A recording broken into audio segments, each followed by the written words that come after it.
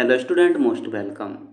तो चलिए लिखेंगे आनंद मासिक पत्रिका अंक 10 के प्रतिलेखन संख्या 25 और 26 का डिक्टेशन लिखने से पहले इसमें आने वाले कुछ हार्ड वर्ड और वाक्यांश की आउटलाइनों पर एक नज़र डाल लेते हैं।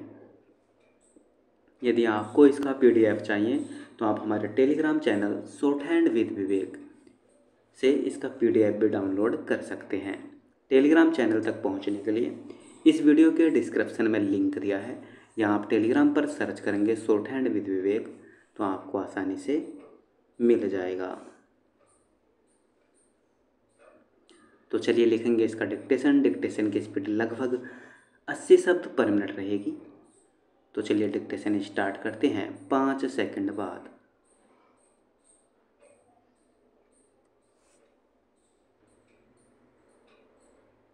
महोदय, राष्ट्रीय एकता परिषद सब राज्य सरकारों का प्रतिनिधित्व करती है।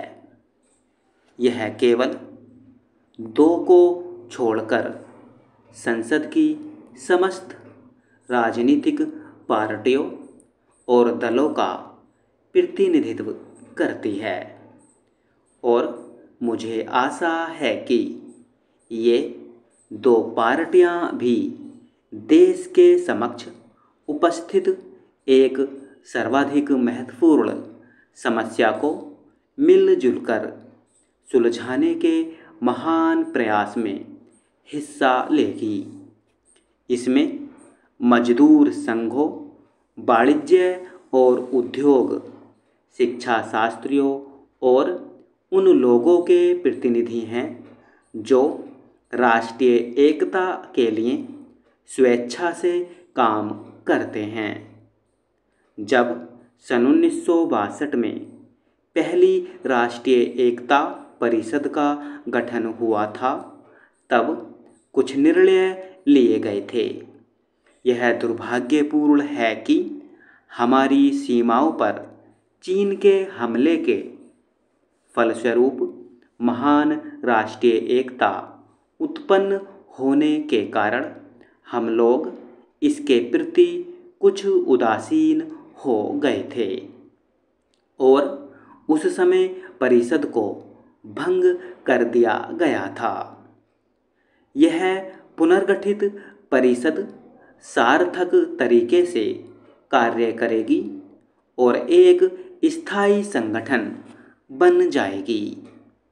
आप सब लोगों ने यह ध्यान किया होगा कि इस सम्मेलन के बारे में कुछ लोगों ने कुछ बातें कही हैं और परिषद के पुनर्गठन के बारे में कुछ शंकाएं प्रकट की गई हैं, लेकिन देश के बड़े हिस्से ने इस कार्यवाही का स्वागत किया है, विशेषकर उन लोगों ने जो देश के भविष्य के विकास के बारे में गहराई से सोचते हैं।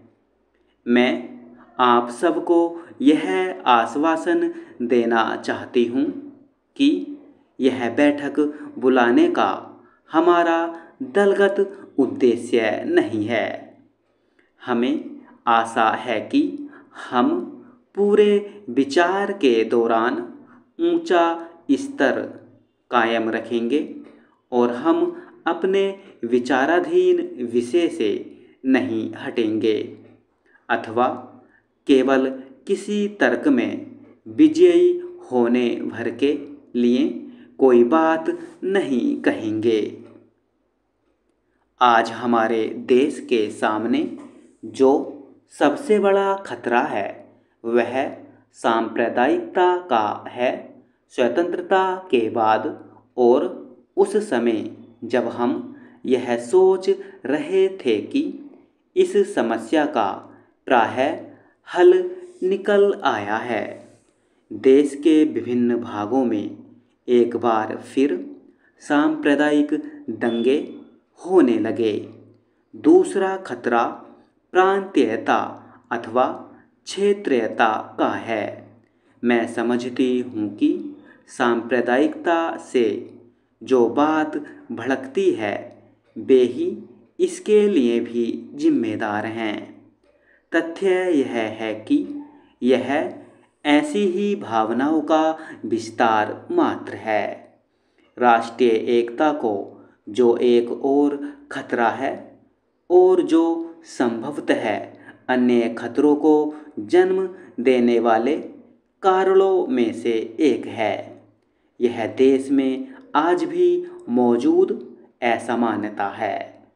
कानून के अंतर्गत और सिद्धांत रूप में पुराने भेदभावों को समाप्त कर दिया गया है, लेकिन जिस तेजी से पिछड़े हुए वर्गों और जातियों तथा अल्पसंख्यक लोगों तथा ऐसे ही अन्य वर्गों की महत्वाकांक्षाएं बढ़ी रही हैं, उतनी ही तेजी से इन वर्गों के लोगों के आगे बढ़ने के अवसर नहीं बढ़ रहे हैं। एक अन्य तथ्य जो हमें एकता के सूत्र में बांध सकता है अथवा अलगाव का कारण बन सकता है, वह भाषा है। इस परिषद का उद्देश्य देश की एकता बढ़ाना तथा एक ऐसा मंच प्रस्तुत करना है जो देश के विभिन्न भागों में एकता बढ़ाने के लिए की गई कार्यवाहियों का मार्गदर्शन करेगा और उनसे संपर्क रखेगा। महोदय, जैसा कि उप प्रधानमंत्री जी ने कहा है कि यह बैठक एक बड़ी राष्ट्रीय समस्या का हल निकालने के लिए मिलकर काम करने का एक उपयोगी अभ्यास कर रही है। मैं सब सदस्यों को यहाँ आने का कष्ट उठाने और इस सुंदर नगर के आकर्षण के रहते हुए बहुत रात गए तक बंद कमरे में बैठकर विचार करने के लिए धन्यवाद देती हूँ। मैं उनके सहयोग और सहायतापूर्ण दृष्टिकोण की प्रशंसा करती हूँ। हम यह जानते हैं कि यहाँ विभिन्न विचार रखने वाले लोग मौजूद हैं और कोई सामान्य दृष्टि अपनाना सरल नहीं है, लेकिन इसके बावजूद हम यह कर सके, यह बड़ी उत्साहवर्धक बात है। हमारे श्रम के परिणाम लक्ष्यों की घोषणा में दिए गए हैं। मुझे आशा है कि गरिमा, ईमानदारी, सहिष्णुता और विवेक रखने वाले हमारे समाज के लोग इस घोषणा से प्रेरणा प्राप्त करेंगे और इस बात पर कार्यान्वयन करेंगे। 3 उपसमितियों ने जो सिफारिशें की हैं और जिन्हें एकमत से स्वीकार किया गया है, काम का आधार बनेंगी, लेकिन ढील की गई कोई गुंजाइश नहीं है। मैं समझती हूँ कि हम सब यह अनुभव करते हैं कि स्थिति कितनी गंभीर है और हमने जिस यात्रा का समारंभ किया है वह कितनी लंबी और कठिन है। आज की दुनिया में कोई भी देश जहाँ का तहाँ स्थिर नहीं रह सकता और न दूसरों की प्रगति की उपेक्षा कर सकता है। आधुनिक इतिहास राजवंशों का इतिहास नहीं है, बल्कि उन्नति का इतिहास है।